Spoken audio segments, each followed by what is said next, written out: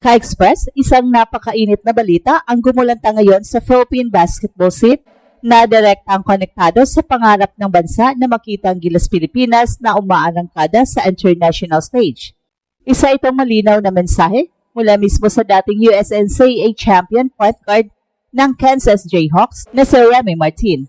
Ibinandera niya sa social media ang kanyang sarili, suot ang Pilipinas jersey kasabay ang simpleng salitang whenever na siyang nagpapahiwatig ng kanyang kahandaang maglaro para sa pambansang kupunan.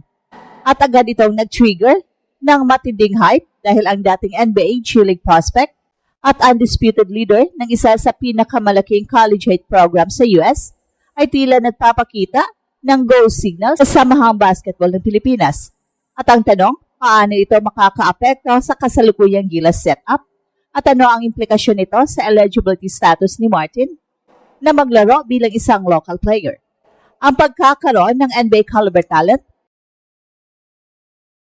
lalo na sa guard position, ay matagal nang hinahangad ng Gilas. At ngayon, tila nagkakaroon na ng linaw ang eligibility ni Remy Martin.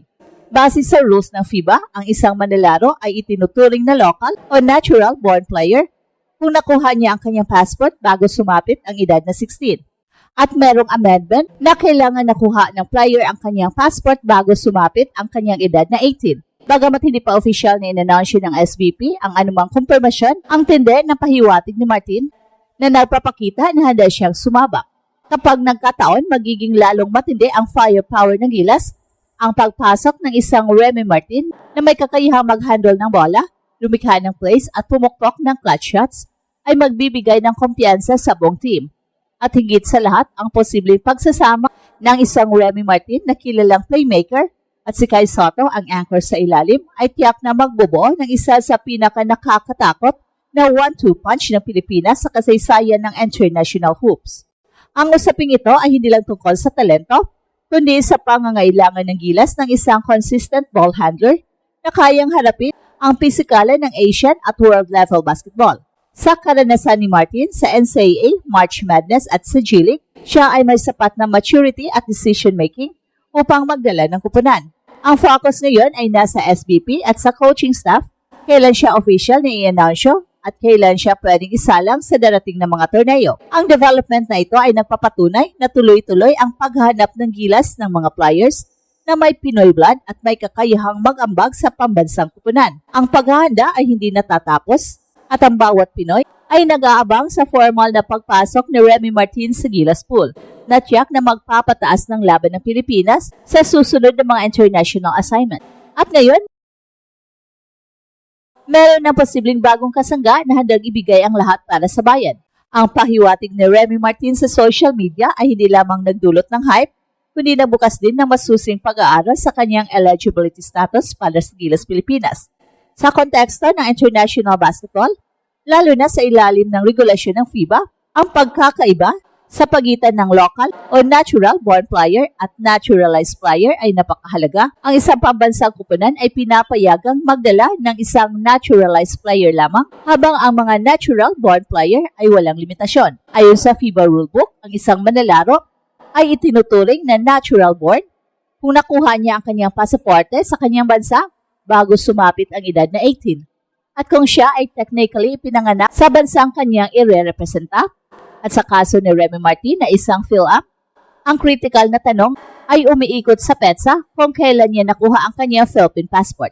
Kung mapapatunayan na hawak ni Remy Martin ang Philippine passport bago ang kanyang 18 na kaarawan, siya ay official na magiging isang local player na magpapalaya sa critical naturalized slot ng Gilas para sa isa pang dekalidad na reinforcement, tulad ng kasalukuyang mainstay.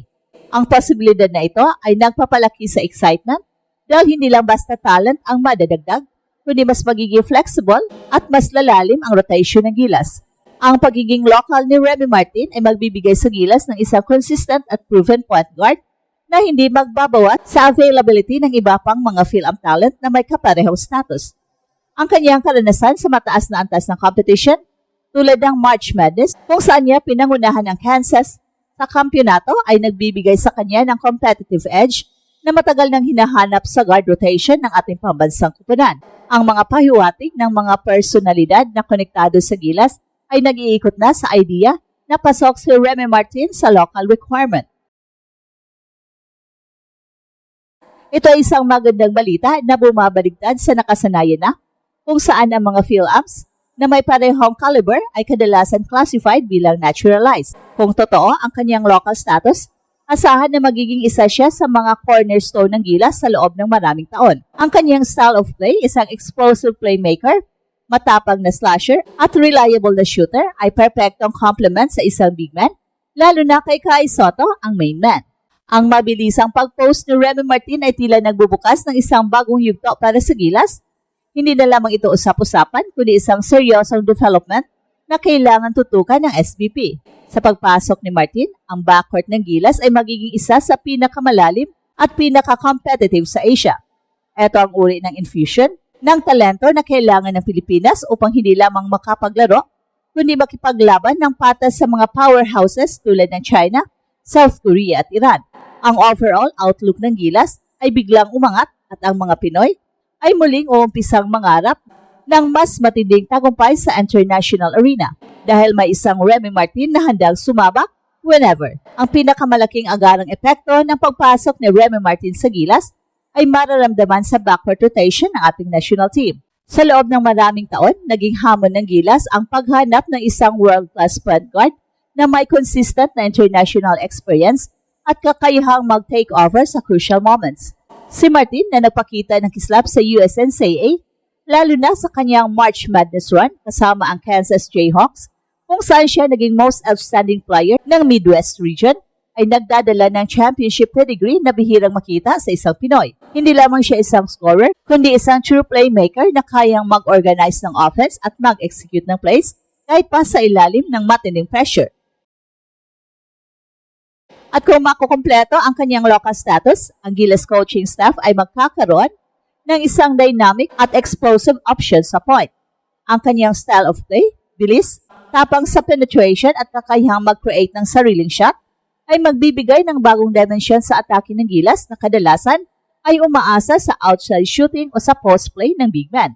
Ang kanyang experience bilang isang leader sa isang top-tier US collegiate team ay nangangahulugang sanay siya sa high-stakes games at pisikalan ng laro.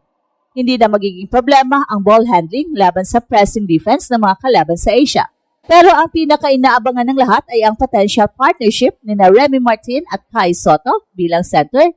Matagal nang hinahanap ni Kai ang isang elite point guard na kayang mag-feed ng bola sa kanya ng accurately sa post o kaya ay makipaglaro sa kanya ng pick and roll sa top of the key. At ito ang Express Info kung saan bawat kwento ginulat ang mundo. Don't forget to like and subscribe.